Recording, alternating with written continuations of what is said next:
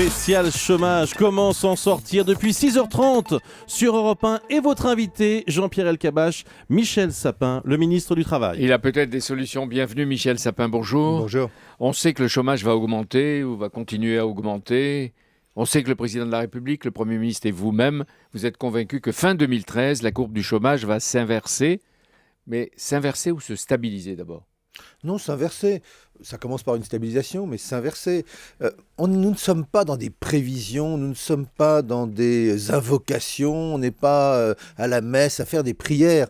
Nous sommes dans l'action. Et nous avons lancé des programmes, des projets, des politiques qui ne peuvent porter leurs fruits que progressivement. Mais elles sont lancées, celles-là. Et elles vont porter leurs fruits. Oui. Et si vous vous trompez ?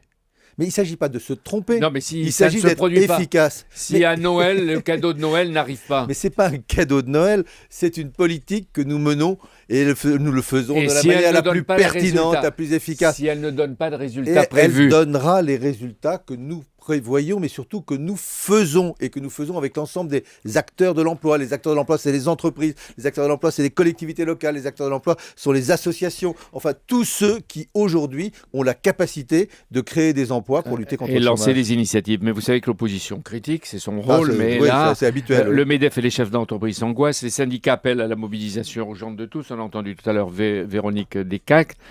Pour la société française, Michel Sapin, quel est le seuil de chômage dangereux pour la cohésion nationale ?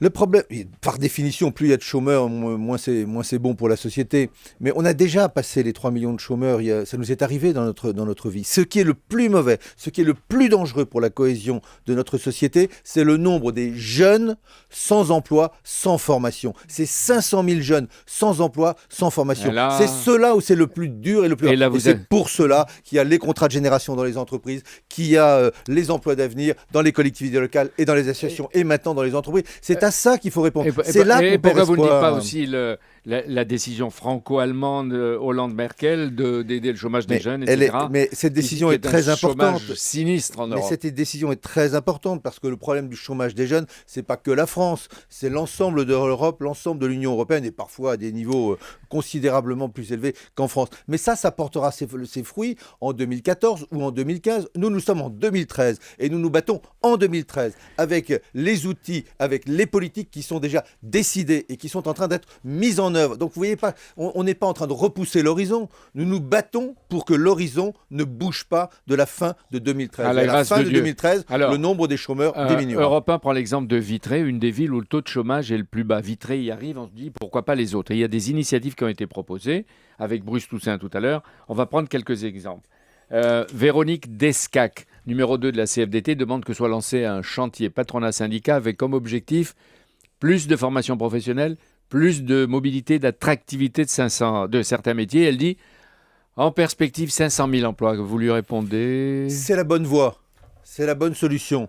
Pas pour la fin 2013, par définition, puisque des chantiers comme ceux-là ne sont pas des chantiers qui portent leurs fruits tout de suite. Mais pour les années qui viennent, 2014, 2019, c'est la bonne voie. C'est ce que nous voulons. C'est ce qu'a demandé, la réforme de la formation professionnelle. Le président de la République. Il y aura donc une grande réforme de la formation professionnelle. Elle sera menée de la même manière que la réforme du marché du travail, la sécurisation de l'emploi. C'est une volonté gouvernementale et présidentielle, une négociation entre les partenaires sociaux. C'est eux qui font ça ensuite dans les entreprises. Et une loi qui sera présentée au Parlement à la fin de cette année. Il faut attendre pour les résultats. La loi sur la sécurisation de l'emploi, on ne peut pas l'accélérer ? Elle est devant le Conseil constitutionnel. Le meilleur moyen eût été d'éviter de retarder ainsi, mais c'est l'opposition, comme vous le disiez vous-même, elle critique parfois de manière inutile. Mais de toute façon, cette loi sera appliquée le 1er juillet prochain. Charles Becbédé, dégressivité des indemnités chômage. Qui veut être indemnisé doit passer obligatoirement, au bout de 6 mois, a-t-il dit, par la formation. Et en perspective, selon lui, 400 000 emplois. Oui, mais ça, c'est une vieille sérénade que nous joue le patronat français ou une partie du patronat français depuis longtemps. Mais elle a des résultats. Vous pensez que c'est au moment où le chômage augmente qu'il faut commencer par diminuer le niveau des allocations de chômeurs ? Vous pensez que les 38 000 chômeurs de plus de ce mois-ci, ils sont au chômage parce qu'ils voulaient être au chômage et qu'ils refusaient un emploi. Non, ça n'est pas la réalité. Ce n'est pas la solution pour Michel Sapin. En tout cas, ce n'est pas la solution pour lui. Par contre, la formation professionnelle des chômeurs. Oui, ça c'est une politique qui est indispensable. Il faut augmenter les moyens en faveur de la formation de ceux qui sont au chômage pour qu'ils trouvent un emploi éventuellement dans un autre secteur que celui où ils ont perdu leur emploi. Michel Godet propose de donner des chances à des entrepreneurs d'insertion comme Pierre Chiou de Dijon, que vous connaissez d'ailleurs, Oui, bien sûr. qui vous a rencontré, qui a rencontré le Premier ministre Jean-Marc Ayrault, apparemment sans résultat. Il paraît que ces entrepreneurs d'insertion accompagnent des chômeurs de plus de 6 mois qui sont souvent jugés inemployables. Un département sur 5 emploie cette méthode qui doit être encouragée. En perspective, 1000 emplois par an. Il faut faire un effort. C'est pas le nombre des emplois, vous voyez bien que ce n'est pas à la mesure de la lutte contre le chômage, mais c'est très important. C'est aussi un secteur absolument Donc décisif. vous lui répondez Mais- oui, je vous encourage. Mais non seulement on encourage, mais il le sait très bien. D'ailleurs, nous travaillons avec eux à, là aussi, une réforme pour qu'il y ait plus d'argent, mais de manière plus efficace. Parce que là, qu'est-ce qu'ils font? Je parlais de ces jeunes sans emploi et sans formation. C'est local. Oui, mais là, ce sont parfois des beaucoup plus âgés qui sont au chômage depuis 3 ans, 4 ans, 5 ans, qui sont totalement, comme on dit dans le jargon, inemployables. Et là, ils ont une attention particulière. Ils ont un travail avec eux qui est considérable et que je veux saluer. Jean-Louis Chilansky, favoriser la recherche et l'exploitation du gaz de schiste en perspective 10 000 emplois. Le gaz de schiste, ça, C'est tout le débat ça sur le gaz reste de là, schiste. ça vous reste là. Tout le problème, c'est de savoir si on ne fait pas plus de dégâts pour l'environnement qu'on apporte quelque chose à l'emploi. Est-ce que vous engagez, Michel Sapin, à alléger les charges des entreprises, à les encourager, à leur donner confiance, puisqu'elles sont, maintenant Nous vous le le faisons. reconnaissez, les Il y a moteurs 20 de l'économie. Il y a 20 milliards sur la table. Combien faveur, cette année? On m'a dit que c'était 500 millions cette année. là aujourd'hui, mais 500 millions en c'est 20 2013. milliards à leur portée. Donc toutes ces entreprises qui demandent un allègement de charges, qu'elles commencent par mettre en œuvre le crédit d'impôt compétitivité emploi. 20 milliards, c'est pas rien, 20 milliards sur la table, 20 milliards Mais à vous ne leur disposition reprenez pas des autrement. entreprises. On leur reprend pas. C'est 20 milliards pour l'emploi, 20 milliards pour l'investissement. La commission de Bruxelles a agacé le président de la République, et pas lui seulement d'ailleurs, parce qu'elle détaille la prochaine réforme française des retraites. Elle vous demande d'allonger la durée des cotisations, d'adapter les règles d'indexation des retraites en épargnant les petites retraites, et surtout elle vous demande d'augmenter l'âge légal de départ. Est-ce que vous allez tenir compte de ces, je n'ose pas dire pression, de ces Mais exigences, ces chacun- invitations? Allez. Chacun doit être dans son rôle.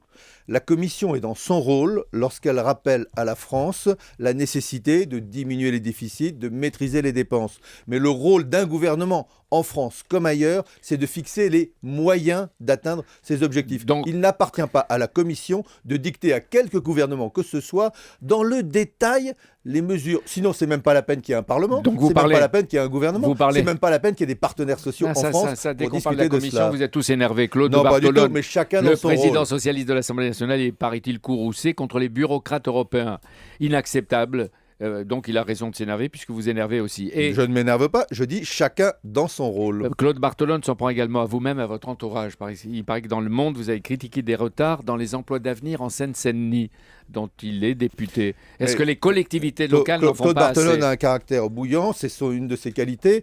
Et lorsqu'on fait des remarques sur son département, il considère que c'est une critique contre lui-même. Ça n'est pas le cas. Mais ce que je constate, s'agissant de ces emplois d'avenir, pour les jeunes, sans formation, sans emploi, c'est que ça marche très bien. Beaucoup plus que 25 000. Ça marche très bien dans les zones rurales. Dans mon département, ils ont dépassé leur objectif. Dans le Cher, ils ont dépassé leur objectif. Dans la Creuse, ils ont dépassé leur objectif. Et là où c'est plus difficile, parce que objectivement, c'est plus difficile, c'est dans les zones très urbanisées. Et pourtant, c'est là qu'il y a le plus de jeunes en difficulté. Sapin. Donc chacun doit faire un effort. Chacun doit se mobiliser et chacun doit se sentir concerné et non pas critiqué. Hier, Gilles Carrez, qui préside la commission des finances de l'Assemblée nationale, a rappelé que vous étiez en 92 ministre de l'économie de Oui, Pierre et c'est même Bérégovoy. moi d'ailleurs qui ai fait sortir le dossier. Des turpitudes du Crédit Lyonnais. Absolument. Donc la banque publique à l'époque a roulé et escroqué Bernard Tapie, vous le reconnaissez? Non, c'est pas qu'elle a roulé, c'est Monsieur Tapie a fait un certain nombre de choses très particulières à l'époque, mais couvertes par le Crédit Lyonnais. Et c'est moi qui, à l'époque, ça a été reconnu par toutes les autorités de la République, et dit maintenant on doit mettre à jour l'ensemble des modalités de gestion de Est-ce que cette Bernard banque. Tapie a raison aujourd'hui de réclamer justice pour un préjudice important qu'il a subi aussi? La justice est en train de travailler sur le mais sujet. réponse. La justice travaille sur le sujet, je ne vais pas me substituer à la justice, mais il y a une chose qui est certaine, c'est que la procédure qui a été utilisée, qui a été choisie, qui est celle de l'arbitrage, a été une procédure défavorable à l'État. Et il serait tout à fait légitime de remettre en cause cette procédure qui a été défavorable à l'État, c'est-à-dire défavorable à chacun des contribuables Vous savez français. ce que Gilles Carrez a utilisé cette formule? Je trouve assez cocasse que l'État, aujourd'hui dirigé par des socialistes, demande réparation pour des faits qui ont été commis il y a 20 ans par l'État dirigés également à l'époque par des socialistes et parfois les mêmes. Michel Sapin, réponse. La décision qui a été prise par Nicolas Sarkozy d'un arbitrage en faveur de M. Tapie, elle ne date pas de 1992, elle date d'il y a quelques années. Donc et vous c'est celle-là qui doit être remise en cause. Vous confirmez que c'est une vraie bataille politique? Non, Mais c'en est une. c'est pas une bataille politique. Si on voit ça du point de vue politique, ça n'a aucun intérêt. La défense de l'intérêt de l'État, la défense de l'intérêt des contribuables, c'est peut-être de la politique, mais au grand et beau sens du terme. Merci d'être venu. Merci Michel Sapin, merci Jean-Pierre Elkabbach.